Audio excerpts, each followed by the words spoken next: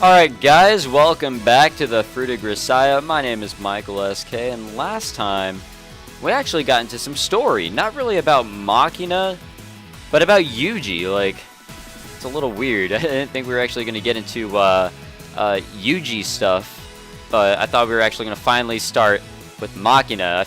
I'm waiting for the time where we finally explore her past. Things are going to get crazy at that point, but no, like the last session was actually pretty deep and was in a way pretty crazy. So we learned more about our protagonist, which was pretty awesome in my opinion, and had to end it because we got to like an hour of recording and I was tired, I was out of time, and I think I was in the middle of something happening. I think we're like telling a story or something's happening right now. So we'll jump right back in. I'd been distinguishing myself as a sniper at the time, and this particular classmate kept coming at me with the stupid line, "What's with the rifle's speciality? Isn't your name Yuzi? Or Uzi?" Wait, what? Wait, hold on. What did I read? Isn't your name Uzi? Not only did I not fight back, I didn't show the slightest sign of irritation at the stupid joke, which eventually pissed my classmate off pretty badly. They ended up challenging me to a bet, hoping to knock me down a peg. The bet itself was as simple as they come. I had to land a shot on a can of tomatoes from 200 yards. It sounded pretty damn pointless, so I refused to play along at first. But when my classmate offered to take over a week's worth of laundry duty if I won, my perspective on the matter changed. After managing to bargain my way up to 3 shots, I ultimately accepted the bet. But there was one major problem: the rifle I had to use. At the time, I didn't have authorization to use anything but the small bore and its .22 caliber rounds. So inevitably, the gun I was using for this bet was just such a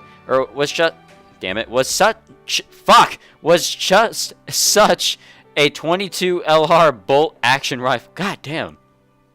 Normally speaking, you want to be firing a small bore rifle at 25 to 50 meters. The bullet itself can travel a good 1600, but the effective range normally maxes out at less than 100. Not only was I using this thing for a shot from 200 yards, or slightly over 182 meters, it was taking place outside where I'd have to deal with wind.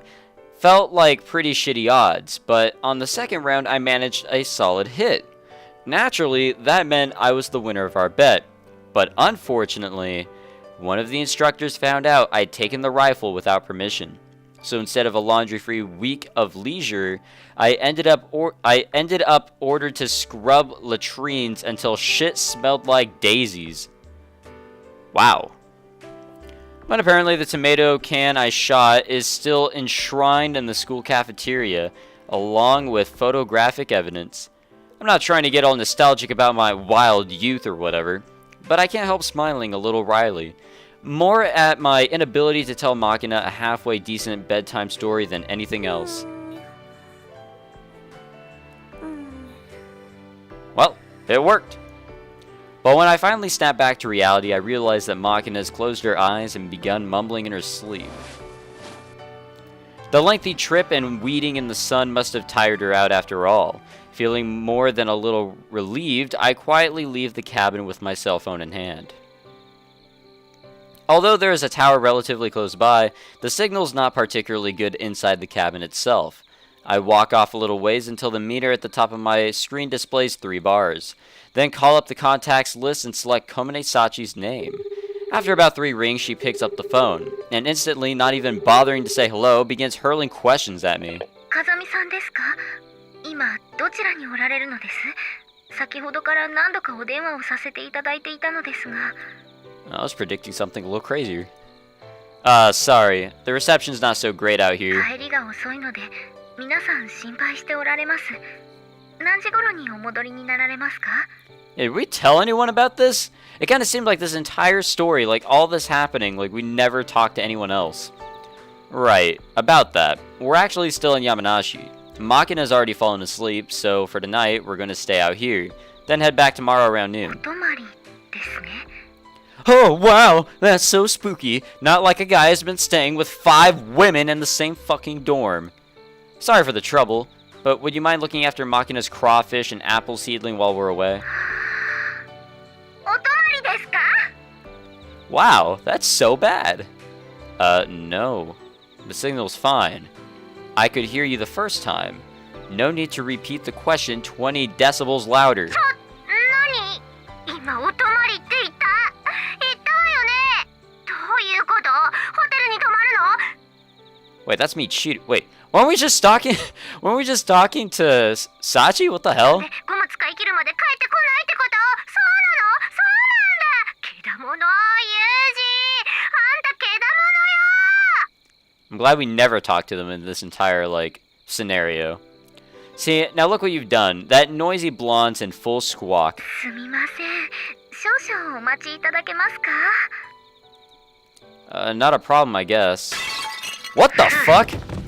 Jesus Christ. Huh? Hey, Sachi, what was that sound? すみません、風見さん。少しみちる様には落ち着きを取り戻していただきましたので、何も問題はありません。I see. Sorry for the hassle. それで、ザリガニの世話とリンゴの苗ですね。 That's right. We should be back tomorrow afternoon, so I doubt it'll be a problem. But I'd appreciate it if you just keep an eye on them. かしこまりました。すべてはこの私にお任せください。風見さんは安心して焦らずゆっくりとお気をつけてお戻りください。 Hell yeah. Thanks. I'll make sure to bring you some hoto? I don't know what that is. And black honey rice cakes as a souvenir. はい。それで、What's up? 差し出がましいことを申すようで気が引けるのですが、その否認だけはご注意をいただければと。Of course. Not to worry. I picked up a 24-pack of rubbers on the way over. God damn it. It's a joke. Don't clam up on me. はい。25回目に気をつけてください。 Wow, it's like she didn't hear that last sentence. I'm telling you, it was a joke. I'm not gonna do anything. In the first place, Magana's already asleep, remember? 寝ているところをズブリと。 Wow, maybe not. You're really determined about this, aren't you? 冗談です。風見流ジョークですね。 Damn. I'm gonna hang up now. はい。では、お帰りを心からお待ちしております。おやすみなさいませ。 Characters in the story are really weird. Night. What's going on with that girl? I feel like there's a lot more venom in her tongue lately. And her problem solving is definitely getting a little on the violent side. Amane and Michiru seem to think it's entirely my fault, but I don't remember giving Sachi any orders to act like this. In fact, I make every effort to give her only strictly appropriate instructions. But come to think of it, there was that one incident the other day. I was telling Machina another one of my stories, and paused to note the most efficient ways to help a panicked officer cadet regain presence of mind in a foxhole. Sachi, who'd been listening in, nodded with deep conviction and commented, I see. In other words, blunt weapons are the best medicine for derangement? Surely unrelated, there's another example of the female need to blame every problem on a man. This sort of unfounded generalizing is probably exactly the kind of thing that turns women against us, but it helps me regain the necessary composure to make my second call. I choose Amane's number and return the phone to my ear. A completely unfamiliar woman's voice answers the phone. はい、もしもし。誰？ Who the hell are you supposed to be? I pull the phone away from my ear and double check the screen. And I'm definitely connected to the number marked God damn it. I said it right last time, I swear. Suo Amane. こんま。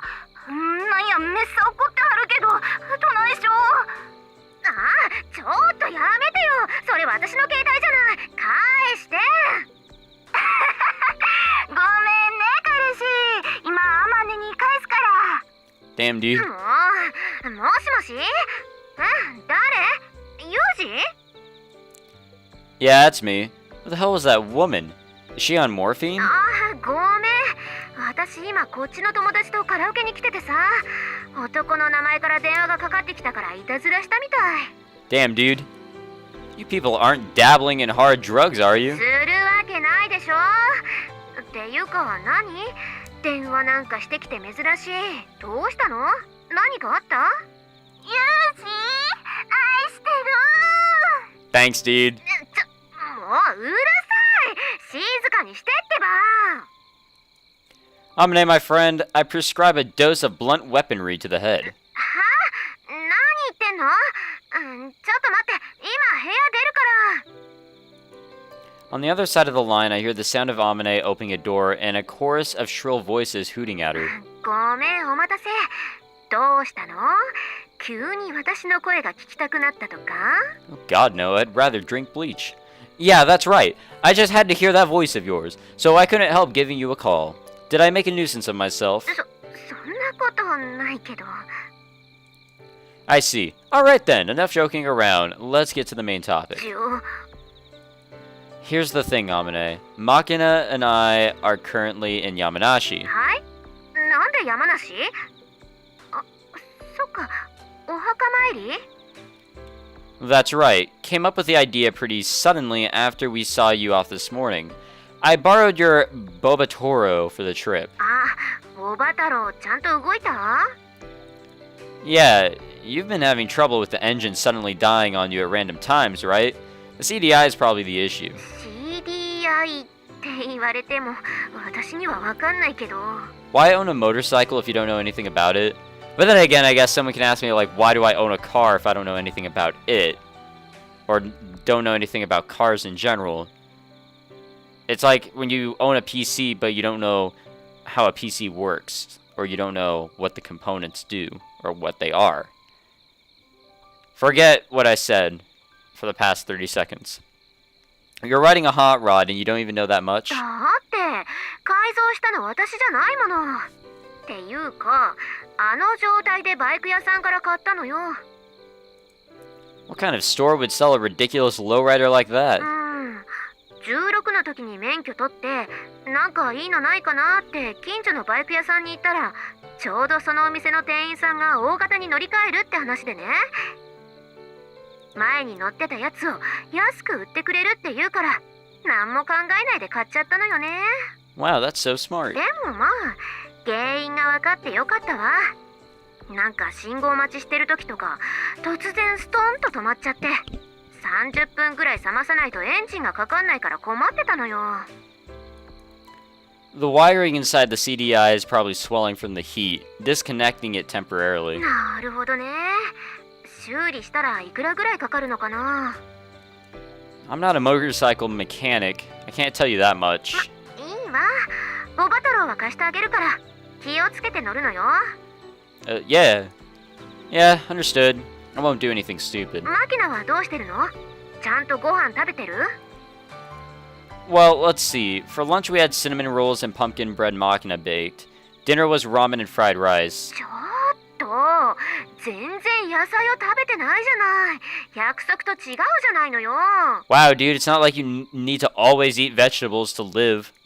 Sorry, I'll make sure to feed her something green tomorrow. きっとよ。なんか不安だな。朝昼晩とちゃんと食べさせて、夜の8時以降は何も食べさせちゃダメよ。 Okay, Mom. What? Is she some kind of magical gremlin? Well, whatever. I'll be careful. If anything comes up, you'll be the first to know. わかった。それじゃあ気をつけて帰るのよ。マキナに怪我させないでね。 Understood. Alright then, good night. おやすみ。ちゃんと私の夢を見るのよ。 Yeah, if they're about you, I will wake up and throw up on the spot. Spare me. I get enough lectures in my waking hours. For some reason, my dreams are always nightmares. Alright then. A little random there. Alright then. That just leaves.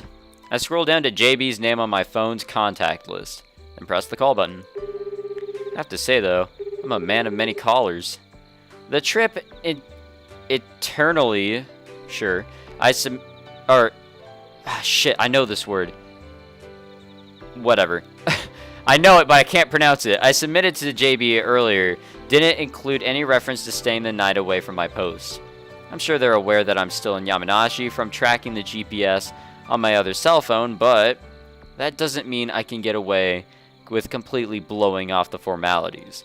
Even if I do get in touch, it's easy to picture that shaggy-headed blonde griping, and scolding at me again. But if I take the initiative to call instead of making her do it, the voltage of her lightning bolt should decrease slightly. ただいま電話に出ることができません。ピーという発信音の後にお名前とご用件をお話しください。What's this? You burning the midnight oil over there? Kazumi Yuji and Itasu Makina, status normal. My current location is Asako's cabin in Yamanashi. Scheduled return to post by 1200 hours tomorrow. End of message. After recording this extremely concise summary of the necessary information, I'm just on the verge of hanging up when I reflexively hesitate. After a moment's pause, I return the receiver to my mouth once more. Night, Julia. The hour being what it is, recording a little extra in the way of pleasantries shouldn't cause any issues. My message complete, I hang up and finally snap the phone shut. As I slide the cell phone back into my pocket, a sigh spills unprompted out of my mouth.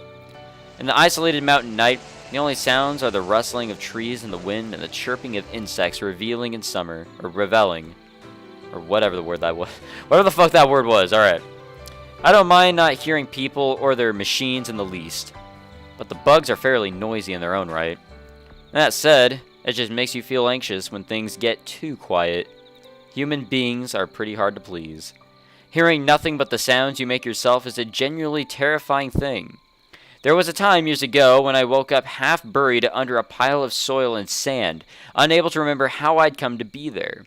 I must have lain there for a good 3 minutes, racking my brain before finally realizing that a field artillery shell had landed nearby.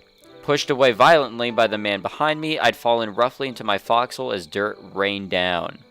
When I crawled up out of the hole, I noticed that my eardrums were malfunctioning badly. I couldn't hear a thing other than a high-pitched ringing sound. It was the middle of the night, so my field of vision was just as poor. The small slivers of moonlight trickling through the trees above weren't enough to make out any movement around me. The fear that had been swirling around my gut became a cold dread creeping slowly up my spine. I don't know if I read that right. The fear that had been swirling around my gut became a cold dread creeping slowly up my spine. It felt like I might be the only person on Earth, as if I'd been left behind on a dead and empty husk of a world. The night can be a very dark place sometimes.